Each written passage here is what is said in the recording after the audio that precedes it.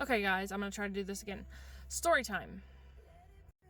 The father of my child, who I used to pay child support to, there was no custody order, but now there is a custody order. The first custody order was visitation. I got visitation, 50-50. And now it's to where I have primary custody and I have my daughter most of the time. And so the father of my child got hit with child support. He had a job when he got hit with child support, and then all of a sudden, for a year, he didn't have a job.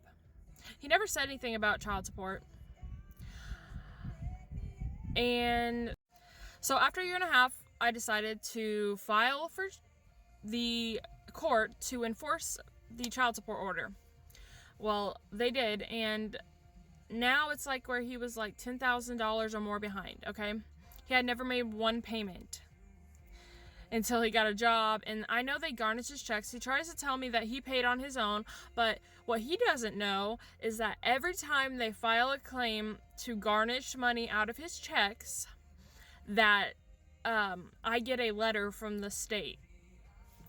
And at first I was like really kind of feeling bad. Oh, I don't want you to go to jail, all this, but then I decided, or it's not really I decided, it's that I found out he got offered a deal. It's not like they're trying to straight put him in jail. I don't know how the court system stuff works. I didn't know that he was already offered a deal. He says he told me that, and then, but here, okay, so yeah, he did maybe say something about, oh, they're trying to put me on 5 years probation.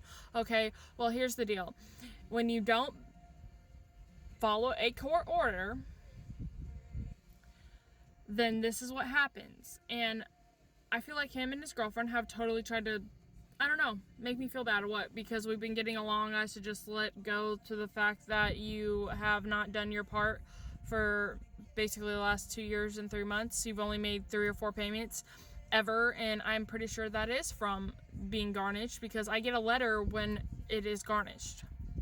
Because here's the deal, when he was trying to get me to drop the charges or sending me texts about it, whatever, when I told him that he should just take the deal, he was trying to say, oh, they didn't make me, I made those payments myself. Well, how is that if they're filing claims? Maybe you did make 1 or 2 payments, but the other ones were absolutely garnished from your check.